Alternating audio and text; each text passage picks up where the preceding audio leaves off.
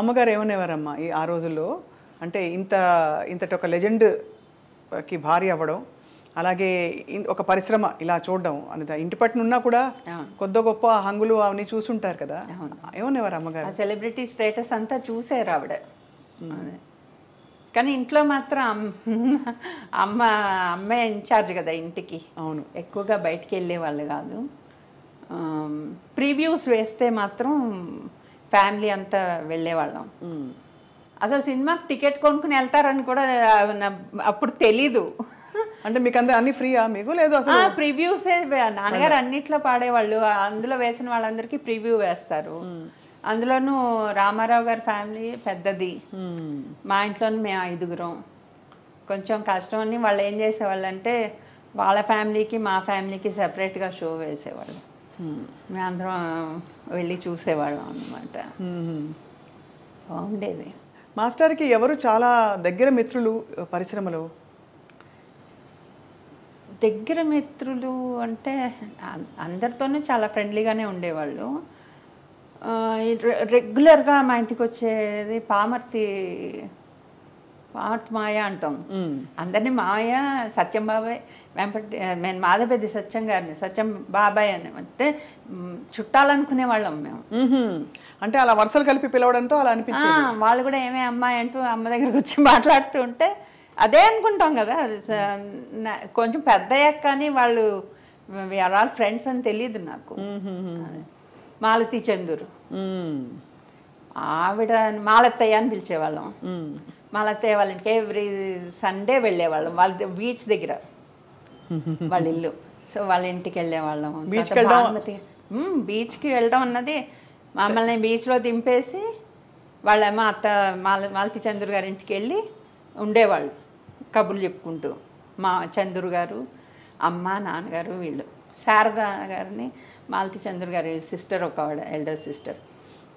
మేమంతా ఆడుకుని ఆ తర్వాత డ్రైవర్ మమ్మల్ని వాళ్ళ ఇంటి నిండా చేశాక అంతా పడిపోయేది. అట్లాగా గడిచేది. తర్వాత భానుమతి గారితో కూడా క్లోజ్. భానుమతి గారికి మా అమ్మగారు చాలా ఫ్రెండ్షిప్. వాళ్ళ ఇంట్లో ఆవిడ మా ఇంటికి వస్తూ ఉండేవాళ్ళు. వాళ్ళ ఇంట్లో ఆవిడ ఎక్కువ పూజలు పునస్కారాలు ఎక్కువ చేసేది. సో అన్నిటికీ వెళ్ళేవాళ్ళం. బొమ్మల కొలువు అంటే భానుమతి గారి ఇంట్లో చూసి తీరాల్సిందే అనమాట.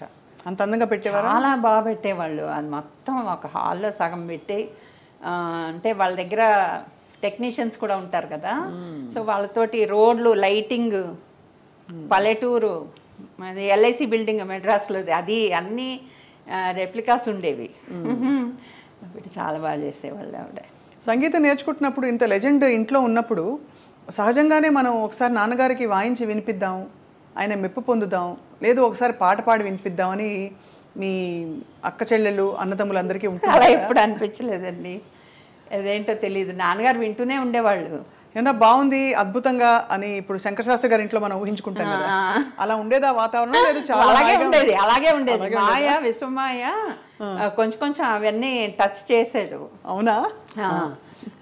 అయితే పొద్దున్నే నిద్ర లేవగానే మేము 8 గంట 8:30కి అలా తయారయ్యేవాళ్ళం స్కూల్కి. సో 7 నుంచి అబౌట్ 8:15, 8:30 దాకా మ్యూజిక్తో దద్దరెళ్ళిపోయేది ఇల్లు.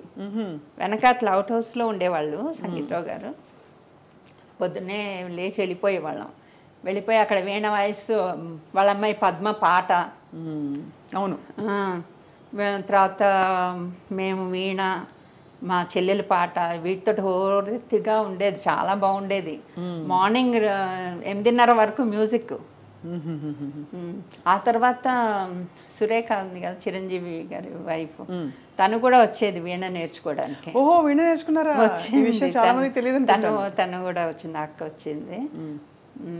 శోభనాయుడు గారు మా ఎదురుకుండా ఉండేవాళ్ళు, ఎదురుకుండా ఇంట్లో. ఆవిడ అప్పుడు డ్యాన్స్ నేర్చుకుంటూ ఉండేవాళ్ళు.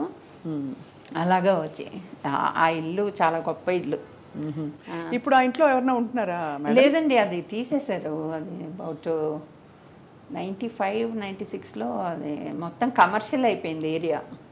ఓహో, అసలు చుట్టుపక్కలంతా కమర్షియల్ అయిపోయింది. ఉండడానికి కష్టమైంది. ఇలాగే అక్కడ ఉండలేకపోయారనమాట. దాంతో ఇంకా ఇటు పక్క వాళ్ళు కూడా అమ్మేశారు.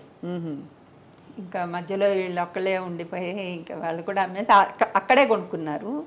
టీ నగర్ వదలలేక అక్కడే కొంచెం లోపలికి ఇల్లు కొనుక్కున్నారు. అసలు మాస్టారు సంగీతాభ్యాసం చాలామంది గురువుల దగ్గర చేశారా మేడం?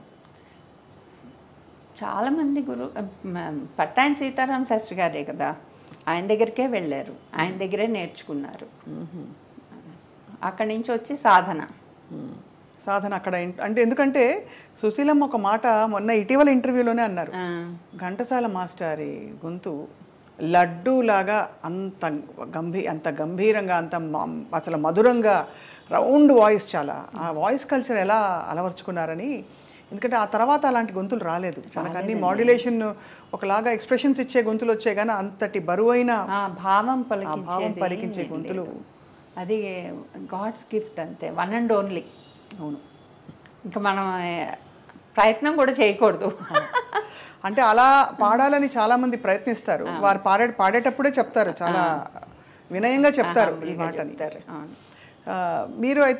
మీరు తెర మీద నాన్నగారి గొంతు విన్నప్పుడు, హీరోలను చూసినప్పుడు ఎలా ఉండేది? మీరందరూ మాట్లాడుకున్నప్పుడు మీ సిస్టర్స్ అండ్ బ్రదర్స్? నాన్నగారు పాడుతున్నారని అలాగే ఉంటుంది కదా, అంతే తప్ప అంతకంటే ఆల్రెడీ వినేసి ఉంటాం ఇంట్లో. ఓహోహో, సో పాట వచ్చేసింది కంట ఇంట్లో ఆల్రెడీ వచ్చింది, ఇప్పుడు ఈ పాట వస్తుంది. అది ఎలా ఉండేది ఘంటసాల మాస్టర్ వ్యక్తిత్వం? అంటే మాకు పాట ద్వారానే తెలుసు, మాకు విన్నవాళ్ళు చాలా మృదువుగా మాట్లాడతారు. బాలు గారు చెప్పారు 2-3 సందర్భాలు. చాలా ఇది ఆయన ఎప్పుడు వాయిస్ రేస్ చేసిగా నేను ఎరగను అసలు. మా అమ్మగారు ఇంత పని మీద అరిచేవాళ్ళు, తొందరగా రెడీ అవ్వండి అది ఇది అని. మా అమ్మగారిని రాజీ అని పిలిచేవాళ్ళు, ఎందుకో తెలియదు నాకు. అమ్మ పేరు సావిత్రి. అవును, సావిత్రి గారు. కానీ రాజీ అనే పిలిచేవాళ్ళు. అది ఎందుకు అలా పిలుస్తున్నారని అడిగేంత వయసు లేదు అప్పుడు. తర్వాత అడిగాం అమ్మని, అమ్మ రాజీ అంటే ఏమో అలా పిలిచారు అని. మమ్మల్ని కేకలేస్తుంటే ఎందుకు కేకలేస్తావు, వాళ్ళని అరవద్దు అనేవాళ్ళు. చాలా ఎప్పుడు చాలా సున్నితంగా ఉండేవారు. ఆ రోజుల్లో బాగా పెద్ద పెద్ద విద్వాంసులు బడే గులాం అలీ ఖాన్ గారు అంటే అప్పటికి మేము పుట్టలేదు. ఆయన వచ్చి ఆయనకి ఎవరు ఇది ఇవ్వలేదు, షెల్టర్ ఇవ్వలేదు. ఆయన బృందం షెల్టర్ ఇవ్వకపోతే నాన్నగారి ఇంటికి తీసుకొచ్చారట. అప్పటికి ఇల్లు కొనేసారు. ఆ ఇంట్లో మేడ మీద వాళ్ళని ఉండమని చెప్పి అని ఇంట్లో భోజనాలు వంటలన్నీ మొత్తం అమ్మని కదిపించామంటే ఇదే చెప్తుంది. ఇప్పుడు మాట్లాడే పరిస్థితిలో లేరు అమ్మ, కానీ అవన్నీ విన్నాం, చాలాసార్లు విన్నాం. ఇన్ని చపాతీలు చేయడం వాళ్ళ కోసం ప్రత్యేక అంటే చపాతీలు మామూలుగా మన ఇళ్లలో అంటే సౌత్ ఇండియన్ హోమ్స్ లో ఎక్కువ తెలీదు కదా, కానీ అమ్మకి అలాగే ట్రైనింగ్ అయింది. ఓహో, అంటే చపాతీలు ఒత్తడం కూడా అదొక ఆర్ట్ అండి, రౌండ్ గా ఇండియా మ్యాప్ లో వస్తుంది అలవాటు లేకపోతే. అలాగూ ఇంత దొంతరగా చేసి పైకి పంపించాలన్నమాట. మొత్తం చాలామంది ఉన్నారు అప్పుడు ఆయనతో పాటు వచ్చిన వాళ్ళు. అప్పుడు తర్వాత ఆయన చాలా వెళ్ళేటప్పుడు ఆశీర్వదించి వెళ్ళారు అని అంటారు. అయితే ఆయన చెప్పారంటే ఒక చిన్న స్టోరీ ఇది, మరి నాకు పూర్తిగా తెలీదు. అమ్మ ఒకసారి చెప్పింది, అక్కడ పాకిస్తాన్ సైడ్ ఎక్కడో ఆయన ఉండే దగ్గర వెనకాతల ఒక చెట్టు ఉండేదిట, సరస్వతి వృక్షం అని ఏదో అనేవాళ్ళట దాన్ని. నాన్నగారు నేను వచ్చి ఒకసారి నువ్వు దాని కింద కూర్చుని పాడు, ఆవిడ బ్లెస్సింగ్స్ ఉంటాయి, సరస్వతీదేవి నిన్ను ఇది చేస్తుందని చెప్పారట. ఆయన ఇన్వైట్ చేశారు నాన్నగారిని. కానీ నాన్నగారు ఎప్పుడు వెళ్ళలేదు. But this is something I remember about బడే గులాం అలీ ఖాన్. ఆయన మరి నాన్నగారి పాట విన్నప్పుడు ఆయనకి నాన్నగారి పాట ఆయన కూడా చాలా ఎంజాయ్ చేశారు నాన్నగారు. అందుకనే ఆయన పిలిచారు అక్కడికి. ఆ సరస్వతీదేవి దేని కింద నువ్వు కూర్చుని ఒకసారి పాడాలి అని చెప్పేసి, అది ఎన్ని జన్మలు ఎత్తినా నీకు ఆ కంఠం ఉండిపోతుంది, ఆ చెట్టు పవర్ అది, రమ్మన్నారట. ఇంత సంగీతం తెలిసిన నాన్నగారు ఘంటసాల వెంకటేశ్వరరావు గారు ఎప్పుడైనా అంటే కచేరీలు చేయడం, శాస్త్రీయ కచేరీలు చేయడం ఆనవాయితీ ఉండేదా ఆ రోజు? అది ఒకటి అంటే రాగాలాపన మనోధర్మ సంగీతంతో ఆయనకి కొన్ని పాటలు పాడితే కొంచెం ఫీల్ అయ్యే వాళ్ళు ఇంటికి వచ్చి ఇలాంటి పాటలు పాడాల్సి వస్తుంది అని. ఓహో, అంటే కొంచెం మాస్ పాటలా సాహిత్యాలు అవి, కానీ అన్నిటికీ అంత జస్టిస్ చేయడం అది అది తర్వాత. కానీ ఏంటంటే కర్ణాటక ప్రాక్టీస్ చేస్తే గొంతు బేస్ వచ్చేస్తుంది. లీల గారికి చెప్పేవాళ్ళు, నేనే విన్నాను చాలాసార్లు.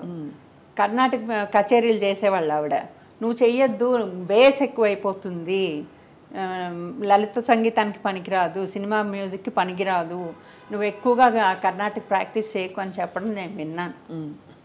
కానీ ఆవిడ ఎక్కువగా కర్ణాటక కచేరీలు చేసేవాళ్ళు. మా అన్నయ్య కూడా వెళ్ళేవాడు ఆవిడతో పాటు.